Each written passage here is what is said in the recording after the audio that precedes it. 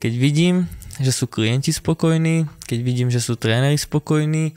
Ak by si mal dať radu mladým ľuďom, čo by to bolo? Začnite hneď.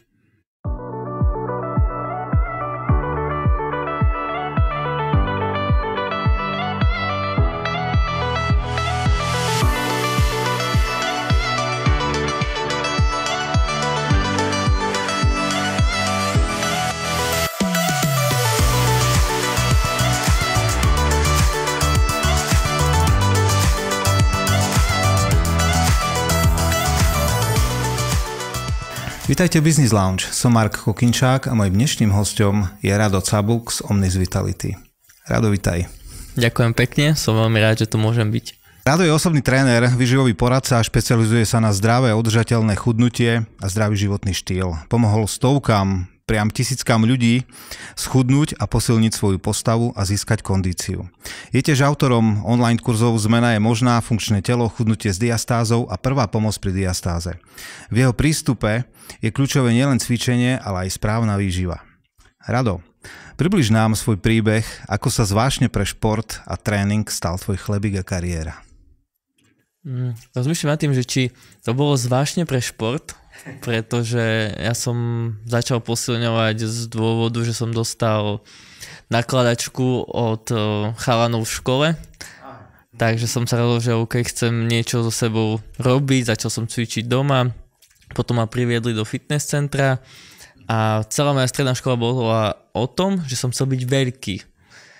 A tak som začal chudnúť, priberať a skončilo to tak, že som na konci strednej školy mal nadváhu 20 kg a učiteľka telesnej výchovy mi na školskom výlete na opekačke povedala: Cabuk, nejedzte tú špekačku, viete, že ste obézni. Takže toto je také, že vášeň pre šport, čo si nie som úplne istý, či to bolo tak, bolo to naozaj o tom, že som chcel niečo so sebou robiť, chcel som byť veľký a veľký sa mi podarilo byť, len to nebolo svalnatý. A v rámci tejto cesty chudnutia a priberania som zažil niekoľko trénerov a mal som žiaľ zlé skúsenosti. To znamená, že som dal dôveru, čas, energiu, peniaze, rodičia dali peniaze, ktoré veľmi ani v tej dobe nemali a nedostal som tú službu, ktorú som chcel. Skôr to bolo o tom, že prvý tréner o mňa nejavil veľký záujem, aj keď som si vybral najväčšieho frajera vo fitness centre, aj keď to bol kamarát, tak tie tréningy nevyzerali dobre, väčšinu času som sedel a čakal, kedy sa pri mne zastaví a medzi tým on naháňal dievčatá vo fitku. A druhý príklad bol taký, že som si povedal, že OK, idem so sebou fakt niečo spraviť, bolo to po maturite, bol som na brigáde, 2 mesiace som brigádoval, zarobil som peniaze a povedal som OK, mám 25 000 korún a chcem to vraziť do zmeny, takže som našiel. V tej dobe som si myslel, že najlepšieho trénera v Prešove, ktorému som dal tieto peniaze, za to som dostal kopec doplnkov výživy, stravovací plán, kde keď som sa opýtal a nechcel si vedieť aspoň moju váhu, tak bolo povedané, nie, to netreba. Takže asi také to bolo, že prispôsobené na mieru, dostal som nejaký všeobecný jedálniček. Výsledok bol taký, že za 2 mesiace som mal akurát tak žalúdočné problémy a všetko. A to bolo také, že som skončil strednú školu, môj cieľ bolo ísť na fakultu športu, len mal som nadváhu, bol som neohybný, nemal som kondíciu a moja stredná škola bola elektrotechnická priemyslovka, takže som tam nemal ani ten základ a preto som sa rozhodol, že išiel som na elektroniku v lietadle, čiže vyštudované mám avionické systémy a tam prišla až tá zmena, kedy som naozaj v prvom ročníku prvý semestr spravil všetky skúšky, všetko v predtermíne a mal som 6 týždňov voľno a som si povedal, OK, chcem niečo so sebou robiť. Našiel som trénerku, ktorá mi nakoniec pomohla, schudol som 12 kg, prvýkrát som videl nejaký náznak žilky, kocky na bruchu alebo niečo a potom tento rok tá trénerka vo mne nevidela veľký potenciál, takže ma posunula ďalej. To je taký, určitú dobu sa mi to často stávalo, že ľudia vo mne nevideli ten potenciál a posúvali ma ďalej. Posunula ma k trénerovi, ktorý ma pripravil na prvú súťaž a tam vznikla tá myšlienka, že OK, chcel by som robiť trénera, len som nevedel, že kde, nevidel som v Prešove tú možnosť, ale neriešil som to, išiel som na trénerské školenie a na trénerskom školení prišiel zrazu telefonát. Počúvaj, môj známy, ktorý mi predával doplnky výživy počas prípravy na súťaž, pripravujeme jedno fitness centrum, hľadajú trénera, nechceš tam ísť, takže išiel som na pohovor a stal som sa trénerom. Možno náhoda, tých náhod je v mojom živote že veľmi veľa a myslím si, že všetko je presne tak, ako má byť. Povedal si mi absolútne na 4 moje otázky. Vidím, že si značne vykoľajený. Značne nie, ale prejdeme teda na otázku číslo 5. Spomínaš si na nejaký zlomový bod v živote, keď si uvedomil, že chceš mať vlastné fitness centrum a že to je presne to, čo chceš? Takýto zlomový bod v zásade asi nastal hneď po 3 rokoch môjho trénovania, kedy som si povedal, že áno, chcem mať vlastné fitness centrum. Vtedy mi určite nechýbalo sebavedomie, takže som si myslel, že po 3 rokoch, že ja viem všetko a že by som to vedel robiť oveľa lepšie ako súčasný majiteľ, kde som bol vtedy vo fitness centre, takže som hľadal investorov, našiel som ich dokonca niekoľko, hľadal som priestory, venoval som tomu veľké množstvo času. Nakoniec som zistil, že tí investori neboli natoľko pri peniazoch, aby to naozaj zvládli, tak som si zobral nejaký pomerne malý úver, ale povedal som si, že idem do toho, rodičia sa mi zabezpečili za ňoho, len mi nevyšiel nakoniec nájom a to bolo, že 2 roky som sa tomu venoval a potom som si povedal, že OK, asi toto nie je cesta a tú myšlienku som nechal tak a 10 rokov na to prišlo ako keby, že samo, bez toho, aby som vyslovene ja išiel cieľene potom. Nevyšiel ti nájom, to znamená, že ti padol priestor? Presne tak. Neozývali sa mi a nakoniec je to, že všetko úplne presne tak, ako má byť, pretože si myslím spätne, keď sa na to pozerám, nemyslím si, že som bol dostatočne zrelý a mal ten správny postoj a koncept na to, aby som sa do toho pustil. Ale to mladícke sebavedomie, to je proste nádhera, ja to naozaj obdivujem aj u mojich mladých kolegov, lebo je to krása, keď ešte toľko vecí nevieš, že ťa vlastne ani nebrzdia. Akým prekážkam si čelil, keď si budoval svoje prvé fitness centrum? Sranda je to, že ja už neviem, či som čelil prekážkam, pretože už to bolo iné. Ja keď som začínal, budoval som rokmi svoj tím a tam bolo množstvo prekážok jednak v budovaní toho tímu a ja som najprv mal vo fitness centre jednu telocvičňu, ktorú som zariadil a kde som vlastne mal tréningy so svojimi klientmi. My sme využívali aj fitness centrum, ale základ bola tá telocvičňa. Potom som dostal výzvu na otvoriť v druhom fitness centre druhú telocvičňu. Fungovalo to, tak som zobral ešte, tam vlastne bol viac priestorov, tak som zobral ešte jednu malú telocvičňu, potom celý taký suterén 400 m2. Toto keď všetko fungovalo, tak prišlo jedno, neviem, či sa dá povedať, že menšie fitness centrum, ale tak malo 850 m2 a teraz sa nám podarilo prevziať ďalšie, ktoré má 1600. Čiže ono to išlo ako keby, že postupne a tá cesta bola skôr to, že naozaj vydržať tých 10 rokov, budovať ten tím, tú klientelu a všetko okolo toho, aby vôbec sme sa k tomu mohli dostať. A tie prekážky sú skôr teraz o tom, alebo tie výzvy rozvíjať to ďalej a posúvať to vpred. To je pekné. Aké chyby si urobil na začiatku a čo ťa naučili? Rozmýšľal som nad touto otázkou, keď som si to čítal a možno asi taká najdôležitejšia je to, že v roku 2017 mi ako keby celý ten môj biznis model padol a bol to 1 rok, kedy mi odišli tréneri, odišla mi fyzioterapeutka. Ten rok tí tréneri, ktorí mi zostali, tak nemali veľmi dobré obdobie, takže sme prišli o veľkú časť klientely a ja som ten rok dokonca ma ešte aj vyhodili z nájmu, takže bol to, že zaujímavý rok a v skutočnosti to bol ako keby, že najlepší rok. To, že ma vyhodili z nájmu, bolo nakoniec super, lebo som našiel bývanie vysnené, v ktorom teraz bývam, takže to bolo fajn. A keď tí tréneri odišli, uvedomil som si, kde vlastne bola najväčšia chyba. A myslím, že toto mi pomohlo najviac a tá najväčšia chyba bola vlastne vo mne. Bolo to o tom, že ja som nemal dostatočnú pokoru, dostatočne som si nevážil svojich klientov, nevážil som si svojich spolupracovníkov. A preto sa mi to stalo a myslím, že keby sa mi to nestalo, tak by som nedopadol dobre, alebo nebol by som tam, kde som teraz. Čiže mal som to šťastie, že sa mi to stalo, som si dokázal uvedomiť tie chyby a to ma posunulo vlastne najviac vpred. Potom som vlastne stretol nových trénerov, boli to chalani z fakulty športu, boli to študenti, s ktorými som to začal ďalej rozvíjať, pričom mi zostali ešte aj dvaja starší tréneri, takže sme to spoločne rozvíjali ďalej a tu prišla moja druhá misia, pretože prvá misia bola, najprv keď som začínal, tak som si myslel, že chcem poskytnúť kvalitné trénerské služby, aby ľudia nezažívali také sklamanie, ako som zažil ja s trénermi. Neskôr, keď sa mi podarilo premeniť alebo zmeniť k pozitívnemu život celej rodiny, som zistil, že toto je tá cesta, že my vlastne meníme životy ľudí a vieme ovplyvniť nielen ich životy, ale životy celých ich rodín pozitívne. A ďalšia misia je vlastne pomáhať mladým ľuďom, naplňať ich potenciál, rásť a splniť mi ich sny, ak je to ich sen stať sa trénerom a pomáhať ostatným ľuďom. Mm-hmm. Čo bolo pre teba najťažšie pri prechode od trénera k majiteľovi fitness centra? Bola to práca s ľuďmi, podnikanie ako také, alebo niečo iné?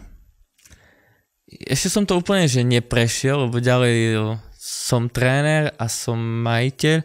A čo je pre mňa najťažšie sú veci financie, rozpočty a aby to všetko fungovalo a má to nastavené, čo úprimne nemám ani teraz, ale našťastie prichádzajú ku mne veľmi šikovní ľudia.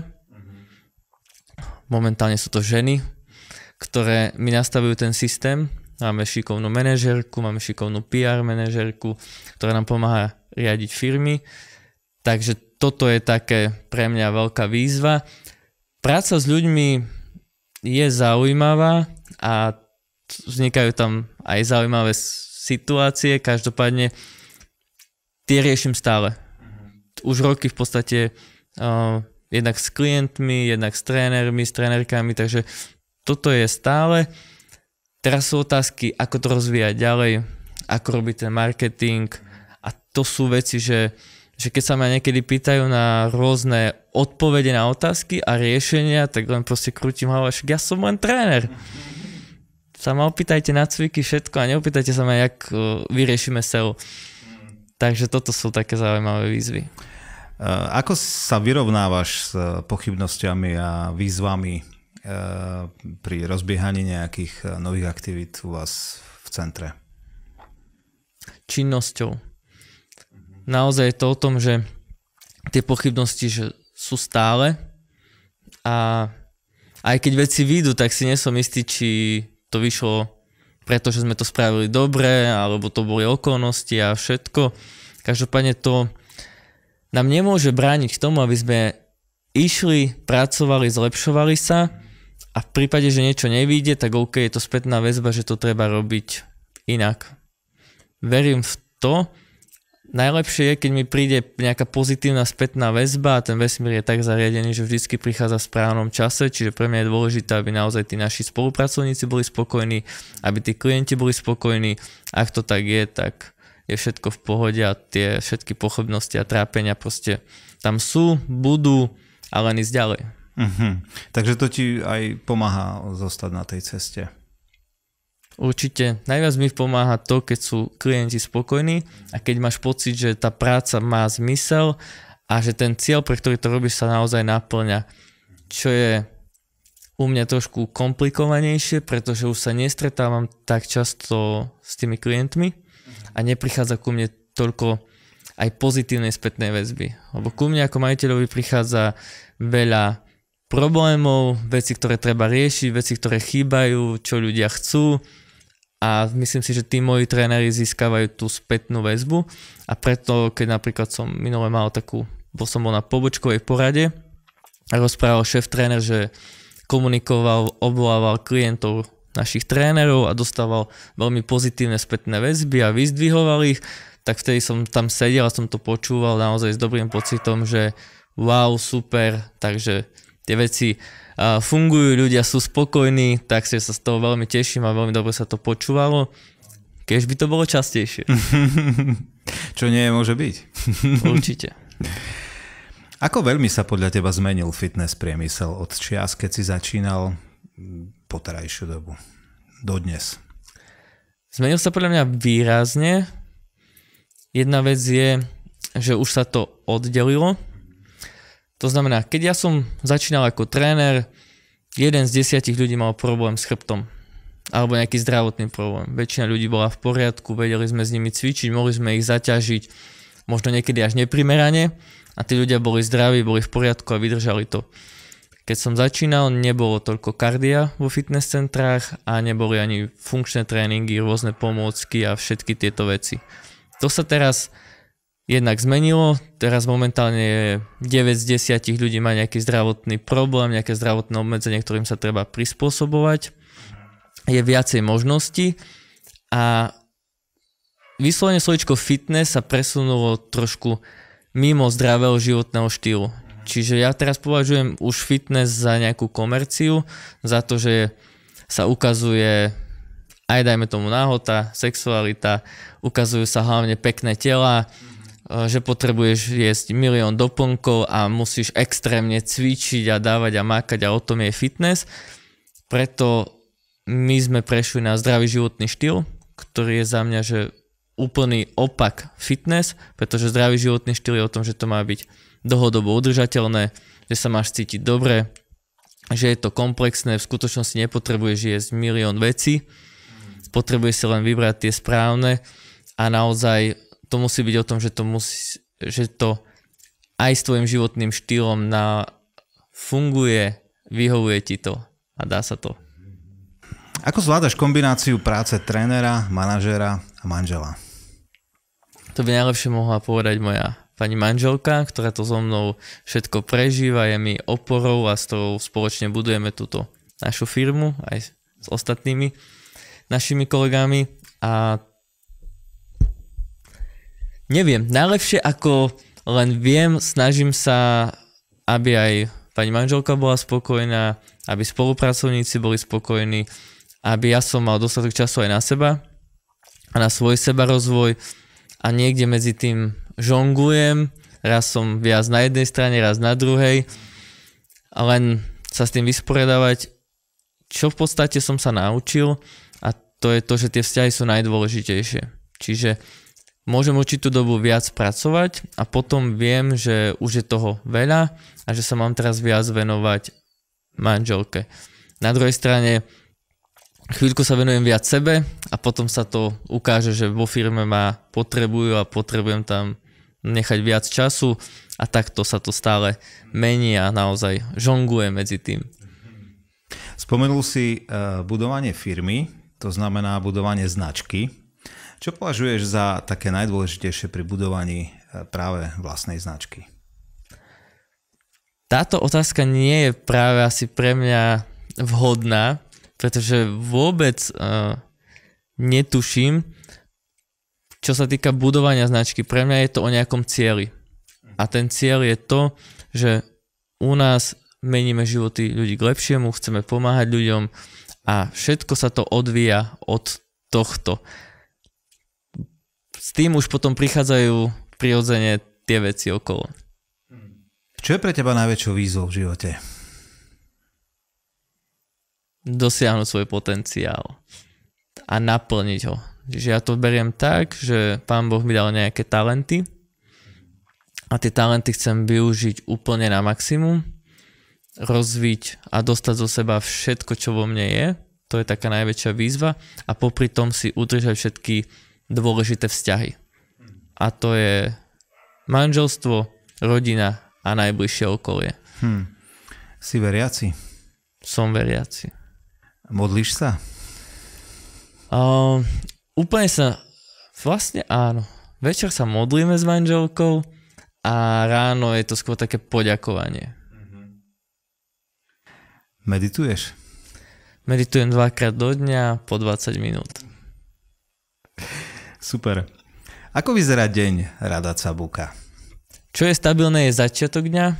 To znamená, že ráno vstanem, je tam sprcha, končím studenou sprchou, základná rozcvička, na terase vonku, na tráve, bosy, mám také predklony a rýchle dýchacie cvičenie, potom je tam vždycky voda s citrónom a so soľou, je tam krátka vďačnosť, kedy si sadnem do drepu a poďakujem za všetko to šťastie, ktoré v živote mám.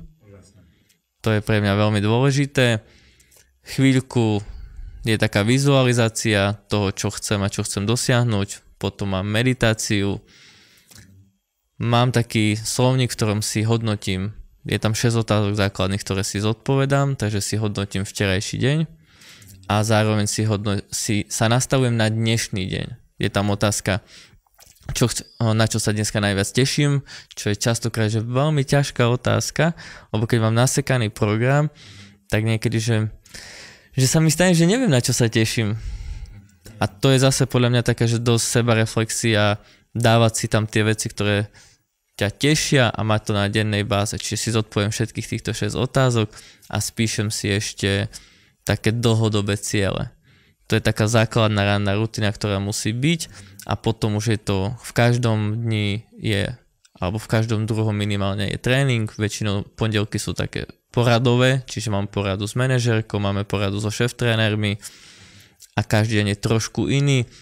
Snažím sa si urobiť nejaké bloky času, len to momentálne v tom nie som úplne úspešný a snažím sa plánovať ten čas. To je vec, ktorá ešte chce u mňa veľa disciplíny a nastavenia. Ako vyzerá tvoj tréning? Nemyslím konkrétne tvoj tréning, ale tréning, keď trénuješ klienta. Jednak už trénujem teraz, že veľmi málo a moji klienti sú všetko dlhodobí. To znamená, že klientov, ktorých mám 8 a viac rokov. Najdlhšie mám klientov 12 rokov a majú 72. Wow. Áno, to sú veľmi, veľmi dve manželský pár, ktorí sú moje zlatička a budem ich opatrovať ešte dlho. My školíme trénerov, čo sa týka takého základného tréningu, je dôležitá pre mňa hlavne rozcvička. Potom je prvá polovica tréningu kondičná, čiže cvičia s voľnou váhou, s vlastnou váhou alebo s pomôckami a druhá polovica je silová. Potom to všetko závisí od toho, čo robí ten klient mimo tréningu. Snažíme sa, ak klient cvičí len 2-krát do týždňa, tak chceme, aby tam mal kondičnú časť, aby naozaj trošku mu to srdiečko pracovalo a chceme, aby tam bol nejaký silový tréning. Aby tam bola táto kombinácia. Ak je to o tom, že on robí aj nejaký kardiotréning mimo nášho tréningu, tak sa viac sústredíme na ten silový tréning, pričom je to vždy dôležité to, aby to bolo prispôsobené jeho jednak zdravotným obmedzeniam, kondícii a aj súčasnému nastaveniu, keď príde na tréning. To znamená, že na začiatku tréningu sa opýtame, ako sa dneska má. A nie je to len zdvorilostná otázka, potrebujeme vedieť, možno zle spal, už to môžu byť ich dni a kopec ďalších vecí. Potrebujeme vedieť, ako je nastavený, aby sme vedeli prispôsobiť tomu ten tréning. Mm-hmm. Tu som akorát mal ďalšiu otázku, ty mi asi čítaš z druhej strany, že snažíš sa prispôsobiť tréning každému jednotlivcovi hneď na začiatku, alebo musia prejsť najprv nejakým zahrievacím kolom a až potom sa ide nastavovať tréningový plán. Že zistiť nejaké limity toho človeka je mi to úplne jasné. V prvom rade je tam anamnéza, kedy vlastne na základe toho, že vyplní nejaký dotazník, tak zisťujeme, už to nám ukáže, ako na tom je, taký nejaký prvý pohľad. Potom urobíme mu merania, čiže zistíme, koľko má svalovej hmoty, tuku a všetkých vecí. To nám robia sa tam základné pohybové testy, je to nejaký drep, spaženie, víza, všetko. Tam nám to niečo ukáže a potom kondične si ho potrebujeme preveriť, čiže začíname zľahka, zisťujeme, ako na tom je. A takisto aj tie silové tréningy, pre nás je základ urobiť nejaký správny drep, urobiť bedrový ohyb, toho učíme a podľa toho, ako na tom je, tak sa nastavuje tá záťaž, obťažnosť a podľa toho, ako sa zlepšuje, tak sa zase nastavuje, ako sa rýchlo mení a zvyšuje sa obťažnosť toho tréningu. Aké princípy považuješ za základné pre každého bez ohľadu na úroveň kondície? Princípy tréningu, aby sa skladal zo silovej časti. Podľa mňa každý by mal mať silový tréning. Nebavíme sa o tom zdvíhať neprimerané váhy, môže to byť s vlastnou váhou, je tam kopec cvikov, ktoré sa dajú robiť naozaj a môžu byť ťažké pre tých ľudí. Každopádne ten silový tréning by tam mal byť. Mal by tam byť ten kardiotréning. Ideálne aj s niečím, kde tie tepy vyskočia vyššie. To znamená nie len nízka intenzita a dlhý beh, ale mať tam či už nejaké šprinty. Každopádne nie pre každého môže byť vôbec beh vhodný. To je ďalší podľa mňa taký mýtus, že chcem začať cvičiť a prvé, čo zrobím, je idem behať. Veľmi veľa ľudí pritom zistí, že im tuhňu kolena, začnú ich bolieť, alebo ich začne bolieť chrbtica, nejaká časť toho chrbta. Takže potrebujú nejaké kardio, len ho musia prispôsobiť tomu, ako na tom sú. Je dobre, keď sú tam aj vyššie tepy a aspoň nejaký stretching, nejaká mobilita. Ale tým, že bolia kolena pri behu, to neznamená, že nie je to pre toho daného klienta. Ja na základe seba vysvetľujem, že zle som behal. Mal som zlú obuv, zle som došľapoval na nohy, keď som behal. Teraz, keď behám, tak nič ma neboli. Na začiatku tiež boli bolesti, hlavne tu na tie vnútorné. A teraz je to úplne v pohode. Čiže mám inú obuv. Na terén, dajme tomu, mám inú obuv, na cesty mám inú obuv. Je to aj tým, alebo... Je to jeden z dôvodov a je to ako keby, že tvoja skúsenosť, ktorá fungovala na teba. Tých vecí ako keby, že mnoho a niekomu to vôbec nemusí pomôcť, aj keď si zmení obuv a všetko, aj tak môže mať problémy s tým behom. Takže je to vlastne o tom, na čo si prispôsobený, ako tú záťaž budeš robiť. Ten beh sa nezdá, ale je dosť náročný. Pokiaľ by som si mal vybrať alebo niekomu niečo odporučiť, radšej by som išiel do chôdzy alebo potom nejaký Nordic walking, kde používaš aj ruky a to som si istý, že pre 95% ľudí, možno aj viac, je určite vhodný a z toho času môžu prejsť do toho behu a niekto môže začať behať a môže byť úplne v pohode. Že je to veľmi individuálne. A preto nechcem povedať, že toto áno, alebo toto nie. Pre koho, kto musí si vyskúšať a možno aj otestovať. Čo býva ďalšie je, že dať si to správne dávkovanie. Že nie hneď prvý tréning, nikdy som nebehal, ale pred 10 rokmi som behal, tak to môžem a hneď si dám nejakú dlhšiu vzdialenosť a potom sú problémy. No, áno, ja som mal podobným príkladom.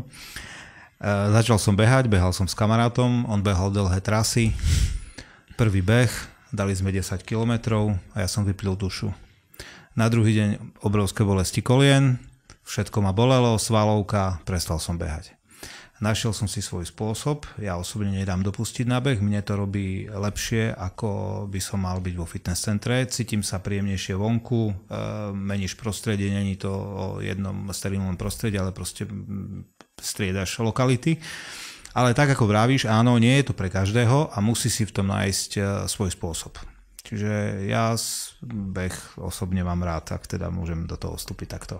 Je to super, každý si musí nájsť tú svoju cestu a potom, že OK, behaj a aj tak by som dal ten tréning s vlastnou záťažou aspoň, alebo s nejakými voľnými váhami, pretože ten silový tréning je veľmi dôležitý aj pre dlhodobé zdravie.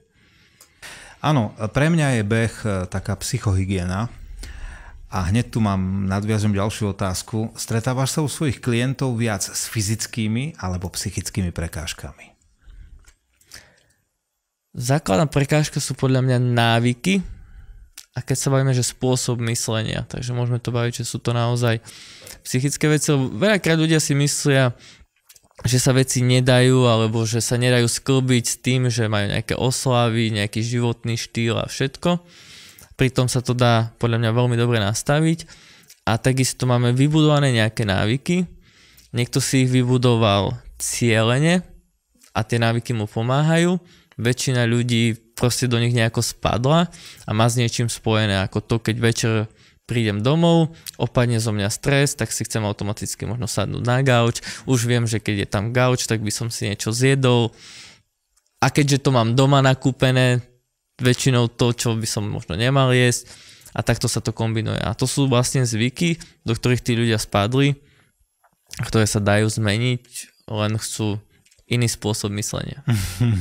Čo si myslíš, je ťažšie prekonať fyzickú prekážku pri cvičení alebo psychickú prekážku? Jednoznačne psychické. Ja si myslím, že všetko je v hlave a je to o tom našom nastavení. Takže ja si ani tú fyzickú... Neviem, čo presne myslíš tou fyzickou prekážkou? Prídem do fitka a ty mi povieš, budeš dneska dvíhať 30 kg. A ja ti poviem, to nedám, to je akože to je mega, to nedám. To je veľa. sranda je, že toto nepovažujem za dobrý postup, pretože ja by som ti práve ukázal, že jednak najprv by sme vyladili techniku s malou váhou a postupne by sme rástli. A nie je ani úplne potrebné, že zdvíhať akúkoľvek váhu, lebo teraz možno, že 30 kg pre ťa bude úplne v pohodičke a nebudem si s tebou potom dávať cieľ, OK, dobre, tak teraz pojeme, alebo časom chceme, že 100 a keď nedodáš 100, tak to proste nemá zmysel. Treba si dávať pozor na tie ciele, čiže toto je jedna vec, správne nastaviť ten postup, tam vidím častý problém a ďalšia vec je, že veriť tomu, pracovať v tej hlave s tým, že to minimálne skúsim, len toto nie je taký úplne že dobrý príklad, pretože častokrát ľudia preceňujú svoje schopnosti v tom fitness centre, nakladajú si zbytočne veľké váhy, pretože tam veľkú rolu hraje ego, pričom neboli na to prispôsobení, možno to videli u kamoša, kolegu a všetko, alebo to zdvíhali pred chorobou, a teraz si myslia, že môžu naspäť začať tam, kde boli a tu častokrát vznikajú tie zranenia. Takže toto by som ináč nebral ako príklad a nechcel by som povedať, že treba si len povedať, že to dáš a ísť na to, lebo to by nebola tá správna cesta. Ja práve reagujem na to, že ja som mal osobnú skúsenosť, že chodil som do fitka, mal som trénera a ten mi povedal, ideme, dnes máme plank. Ideš, minúta. No a samozrejme, prvú minútu som dal, tak som dal nejaký kruhový tréning iný, zase bol plank a už som nedal druhú minútu a on, že to dáš, to musíš dať a to je proste, to bolo tak, že išlo to, najprv to bolo fyzické, že akože to nedám a potom už to bolo aj psychické, ja to nechcem robiť, hej, čiže už som bol úplne akože z toho, dneska nejdem do fitka, lebo zase budem mať toto. Čiže to som sa pýtal, že čo je väčší problém, či fyzické alebo psychické? V tomto prípade je problém to, čo sa od teba vyžadovalo a ako to bolo nastavené. Ja som v minulosti bol presne ten tréner, ktorý veľmi hecoval a ideš a musíš dať a všetko. A časom trvalo mi roky, kým som prišiel na to, že to nie je tá cesta, lebo tá minúta pre niekoho môže byť, že úplne v pohode. Na druhej strane ja by som chcel, že pre mňa môže byť lepšie, že vydržíš tam 30 sekúnd, ale naozaj ťa tam nastavím tak, že v tom planku si správne a vydržíš kvalitných 30 sekúnd, ako vydržať minútu v tom, že to nebudeš robiť správne, len preto, aby som ja mal dobrý pocit a ty dobrý pocit, že si to dal. A to častokrát vidím a toto zase už považujem v rámci fitness, že nie je to zdravý životný štýl. Aj ľudia to majú radi, preto extrémne premeny fungujú tak, ako fungujú. A pritom, keď som ja v súkromí sa rozprával s Marošom Molnárom, tak som bol veľmi milo prekvapený, že tam naozaj on je odborník, má to za tým hlbokú filozofiu, riešia postúru toho človeka a všetko. A do televízii to vlastne vôbec nejde, pretože ľudia to nechcú. Ľudia chcú počuť, podávaš, ideš, makáš, lebo že divadlo, no. Áno, to je tá komercia. Áno. A takisto ja som tak fungoval vo fitness centre, v súčasnosti to nerobím. Radšej by som chcel, aby si dal 30 sekúnd na kvalitných, alebo 20 sekúnd podľa tvojich možností, ako ťa tlačiť, že musíš dať minútu len preto, aby naše ega sa uspokojili, že sme dali minútu. OK. Osobný rast a motivácia. Prešiel si veľkým rebrandingom zo značky Real Fit na značku Omnis Vitality. Čo ťa viedlo k tejto zmene značky, ktorá bola dosť silno rozbehnutá, myslím značku Real Fit? Čo ťa k tomu viedlo, že si zmenil názov? Ďakujem veľmi pekne za ten kompliment, že ten Real Fit bol veľmi dobre rozbehnutý a známy. To ma teší. Úplne to tak nevnímam, alebo neviem to posúdiť správne. Čo ma k tomu viedlo? Real Fit je tým trénerov, budoval som ho v podstate 10 rokov a tak ako som povedal, my sme boli v tých fitness centrách a keďže fitness centra sa volali Sliofit a my sme mali svoju vlastnú filozofiu, značku, stránku Real Fit.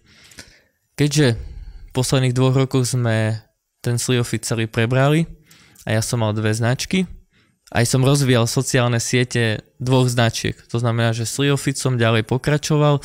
Spustili sme Instagram a všetko sme ďalej rozbiehali, pritom sme mali aj Real Fit. Bolo náročné rozvíjať 2 značky naraz. Rozhodli sme sa, že chceme jednu. Rozhodnúť sa pre jednu alebo druhú by podľa mňa úplne nerobilo dobrotu, keby sme boli RealFit, tak tí, ktorí SlioFit jednak vytvorili, to znamená aj majitelia, ale aj ľudia, ktorí tam roky chodili, podľa mňa by to brali tak, že ten RealFit to pohltil a to nebol náš cieľ. Keby zase sme sa začali volať SlioFit, RealFitáci a tí naši klienti by tiež s tým neboli spokojní, takže sme sa rozhodli, OK, zlúčime to, dáme tomu novú značku. Zároveň, keď tie značky vznikali, minimálne môžem povedať za RealFit, sme presne nevedeli, kto sme. Ja som mal jedného trénera, išiel som prijať druhého, tak sme si povedali, OK, potrebujeme sa nejako volať. A moja myšlienka bola, ja som Rádo Cábuk, takže budeme sa volať RC Fit. Oslovil som reklamnú agentúru, že potrebujem logo ku názvu RC Fit, lebo to logo bolo prvotne taká činečka. A oni mi oznámili, že pán Cábuk, je nám ľúto, ale RC Fit to nemôže byť. My vám vytvoríme názov, urobíme vám celú tú nejakú základnú schému toho, ako to má vyzerať a vznikol RealFit.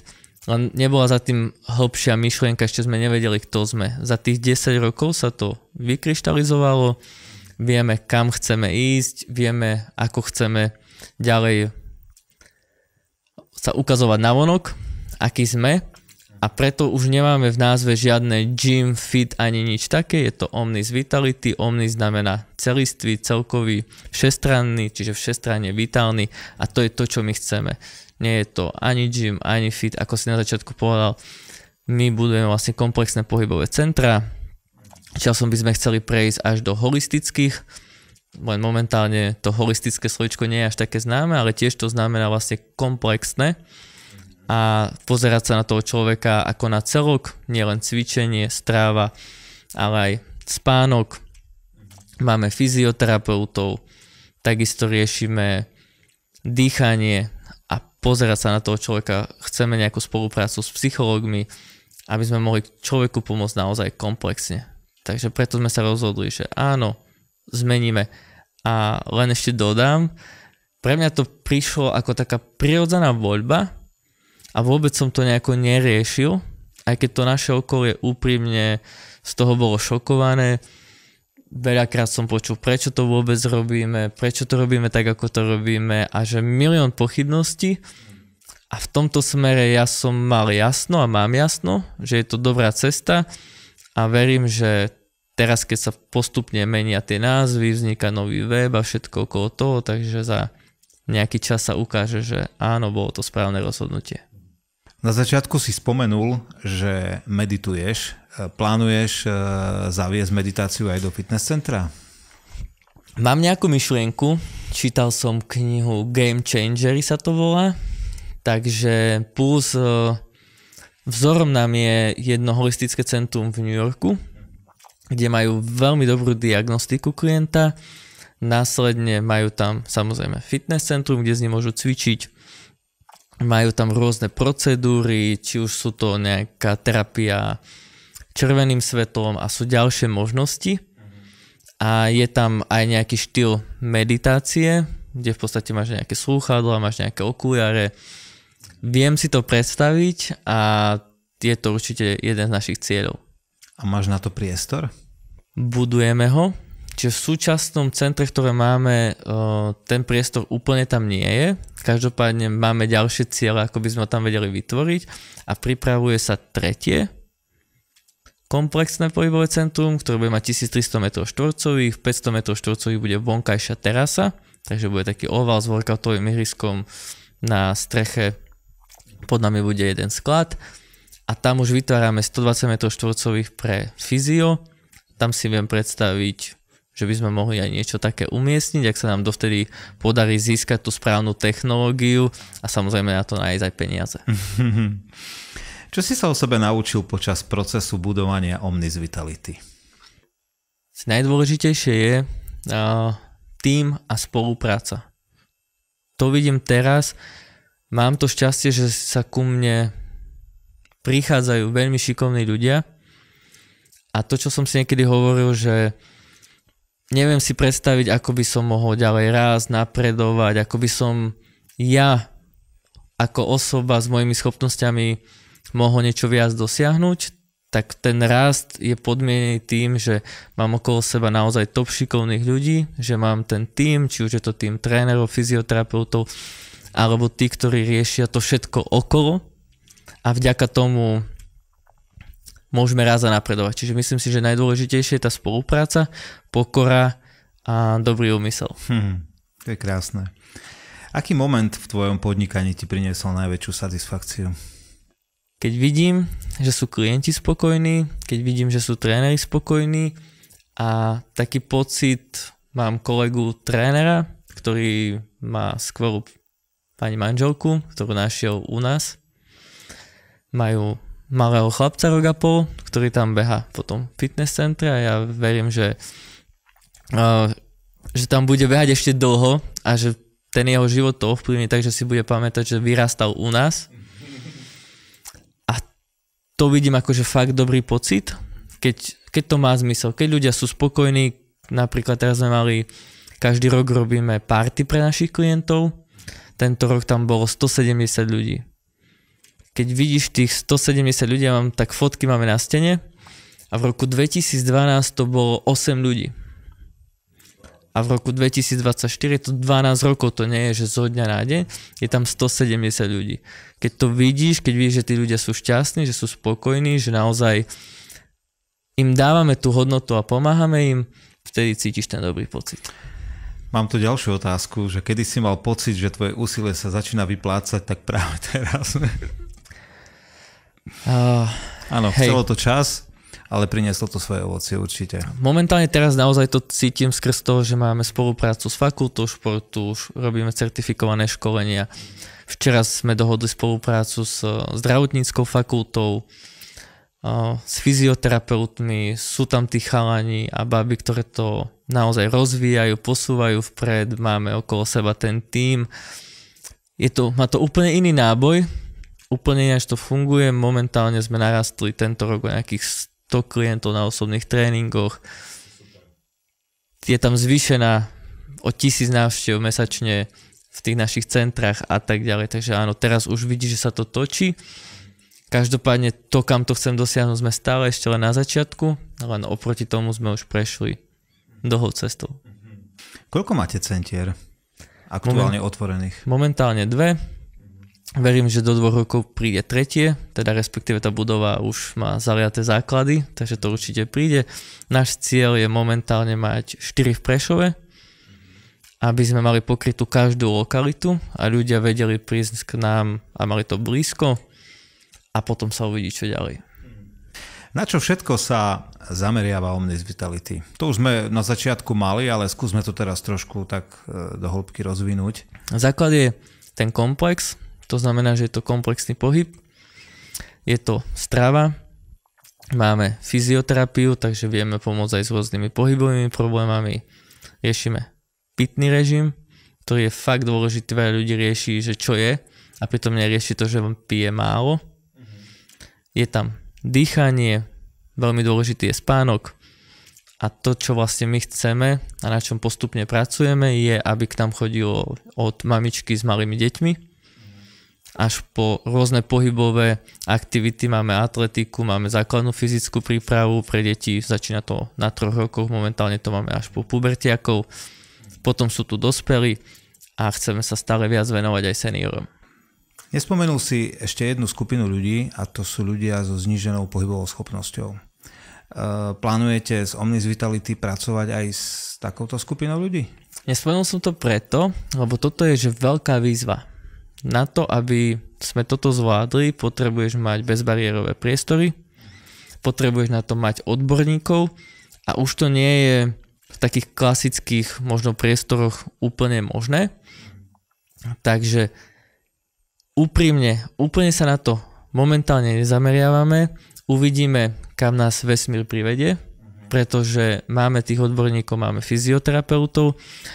Včera mi to presne bolo spomenuté na katedre fyzioterapie, keď som sa rozprával s vedúcou katedry, že by bolo zaujímavé sa venovať aj týmto ľuďom. Takže určite, ak to zvládneme, tak budem len rád. V súčasnosti robíme to, že práve teraz napríklad na tej party, kde bolo 170 ľudí, bola tombola Výťažok z tej tomboly, čo bolo nejakých 2000 eur, sme dali občianskému združeniu, ktoré sa presne venuje týmto ľuďom. A v tomto konkrétnom prípade to boli 3 deti, ktoré mali nejaké aj pohybové, alebo prípadne aj nejaké mentálne postihnutie. A za tieto peňažky sa im vytvoril pohybový program. Čiže momentálne skôr spracujeme s nejakým centrom, ktoré sa vyslovene na to špecializuje, a to, či my úplne pôjdeme týmto smerom, že neviem, závisí to od toho, akí ľudia prídu do týmu, pretože naozaj táto treba špecialistov, ktorí sa tomu budú venovať, a musíme mať na to podmienky. Čiže tam mám, že veľký rešpekt, cieľ je pomáhať čo najviac ľuďom. To je super. Vidíš v mladých ľuďoch, ktorí prichádzajú k vám cvičiť, potenciál stať sa trénermi, alebo skôr len užívateľmi výhod? Veľa mladých ľudí podľa mňa sa chce stať aj trénerom, alebo sa mu tá práca páči. Tak to v súčasnosti vnímam. Väčšina tých ľudí samozrejme chce cvičiť. A tí mladí, ktorí k nám prichádzajú, že by chceli robiť trénera, častokrát nevedia, čo tá práca obnáša. Čo musia spĺňať, aby mohli spolupracovať práve s vami? U nás je to, v ideálnom prípade je to nejaké vysokoškolské vzdelanie v rámci fakulty športu alebo v rámci trénerstva. Nemusí to byť. My si každého jedného trénera aj tak sami školíme. To znamená, že máme nejaké 3-mesačné školenie, kde oni prechádzajú nejakou praxou najprv ako klienti, aby zažili tie tréningy a všetko okolo toho. Máme tam vypracovaný celý systém, potom tam majú prax, kým sa dostanú vlastne k tomu klientovi reálne, a ďalšie vzdelávanie. Dôležité je, musí chcieť pomáhať ľuďom. Toto je akože top dôležité. V súčasnosti snažíme sa hľadať ľudí, ktorí sú viac extroverti alebo aspoň niekde medzi. Ukázalo sa, že tí introverti vedia dobre počúvať, čo je výborné, a v tej práci je to naozaj dôležité. Len niekedy to nie je taká komunikácia, ako by sme si predstavovali, či už v tíme alebo aj s klientom, preto sa snažíme hľadať aspoň nejaký ten stred alebo viac extrovertov. Mali by cvičiť, mali by mať nejakú skúsenosť so silovým tréningom, alebo sú to bývalí športovci, mať naozaj vzťah k tomu. A toto nie je práca. Nie je to, že od do a končím. Je to nejaký životný štýl. To je veľmi dôležité, aby aj oni pochopili, a tí ľudia, ktorí prichádzajú k nám, robíme rôzne aktivity, robíme rodinno-športový deň, robíme deň otvorených dverí a všetko. A chceme, aby tí naši tréneri tvorili tú komunitu, budovali ju a venovali tomu aj nejaký extra time. Čo je pre teba najväčšou výhodou mladých? Energia, častokrát veľká bezstarostnosť. Naozaj ešte nevedia, čo nevedia, neprežili si kopec problémov, takže pre nich je všetko, veľa vecí je gombička, svet je gombička, a to považujem naozaj aj ako výhodu. Ak je ten človek taký, že sa chce vzdelávať, tak je to super. Ja veľmi verím v mladých, podľa mňa je tam, že neskutočný potenciál, ktorý som si častokrát v minulosti neuvedomoval. Tým, že teraz pracujeme veľa s mladými a naši tréneri začínajú ako 21-22 roční u nás, tak to viem posúdiť a sú brutálne šikovní. Každý raví, že či už takto počúvam, že sa dneska nedá s mladými, alebo že nevedia nájsť ľudí, nemám takú skúsenosť. Máme kopec šikovných mladých, sú to vynikajúci ľudia, ktorí chcú, naozaj makajú, a je to krásne s nimi spolupracovať. Ak by si mal dať radu mladým ľuďom, jednu radu, ktorí chcú napríklad rozbehnúť svoje podnikanie alebo kariéru v čomkoľvek, nemusí to byť vo fitness, čo by to bolo? Začnite hneď. V tom vidím ako keby, že veľkú výhodu.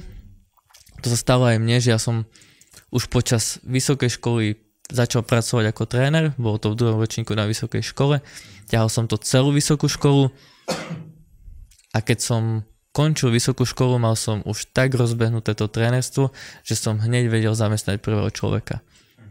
A to je to, čo si myslím, že je veľmi dôležité. Jedno, čo chceš robiť, začni hneď. Ak ešte študuješ, tak využi ten čas. Mňa podporovali rodičia, nepotreboval som peniaze, bolo mi jedno, koľko som v tom fitness centre zarábal, proste som bol šťastný, že môžem naplňať, a to odporúčam aj im, nájsť si prácu, nejako začať, a čím skôr. Nech využijú ten čas, kým sú mladí, kým možno ich podporujú rodičia, možno nie.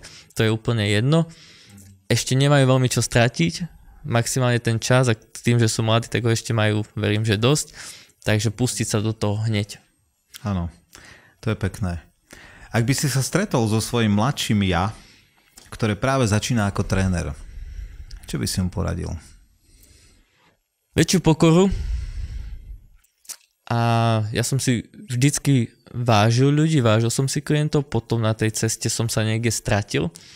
Len podľa mňa to bolo veľmi dôležité. Keď som sa zamýšľal nad odpoveďou na túto otázku, neviem, čo by som úplne že radil, ver si, vytrvaj a makaj ďalej. Pretože všetko, čo sa dialo, malo svoj význam. To dobré, aj to zlé, ma niekde posunulo, ma zmenilo a vďaka tomu som taký, aký som. Keby sa to nebolo stalo, nebol by som taký. Čiže ja si myslím, že všetko to je veľmi dôležité. Aj to, že som bol veľmi namyslený, že som sa venoval kulturistike a že pre mňa to bol ten výzor to najdôležitejšie. Mi dalo ten pohľad na to teraz, keď už to tak nie je, jednak viem tých ľudí pochopiť, jednak chápem aj tých trénerov štandardných vo fitness centre, viem, prečo tie veci tak fungujú a sa tak dejú. Sú to dôležité skúsenosti, každý si musí prejsť tou svojou vlastnou cestou. Ale nemal si stále taký pohľad na vec. Musel prísť v tvojom živote nejaký zlom, ktorý ti vlastne ukázal nejaké to zrkadlo takzvané, no. Presne tak, preto viem, že tá cesta je veľmi dôležitá, lebo som bol že úplne iný. A moja manželka by ti povedala, že niekedy už keď sa na mňa hnevá a kričí, tak čo samozrejme už nie je tak často, že kto má to so mnou vydržať, že som stále iný človek. Takže áno, aj ona na to má veľký vplyv a myslím si, že som výrazne lepší človek, odkedy som ju stretol. Čiže áno, je to tak, to zrkadlo ti život nastavuje pravidelne a je to dôležité. To ťa tvaruje. Super, sme na konci. Mojím dnešným hosťom bol Rado Cabuk z Omnis Vitality. Rado, ďakujem ti za veľmi príjemný rozhovor. Prajem ti veľa spokojných klientov, no a v živote, okolo seba, veľa pozitívnych a inšpiratívnych ľudí. Ďakujem veľmi pekne. Som veľmi rád, že som mal možnosť tu sedieť, odpovedať na tieto otázky. Posluchačom prajem, verím, že ste si niečo z toho odniesli, že vám to niečo dalo, lebo to je to najdôležitejšie. A držím palce každému, kto sa snaží pracovať na sebe a niekam to posunúť. Ďakujem za seba a ďakujem aj za našich hostí, ľudí, poslucháčov. Vám ďakujem za priazeň a teším sa na vás v ďalšej časti Business Lounge. Majte sa krásne.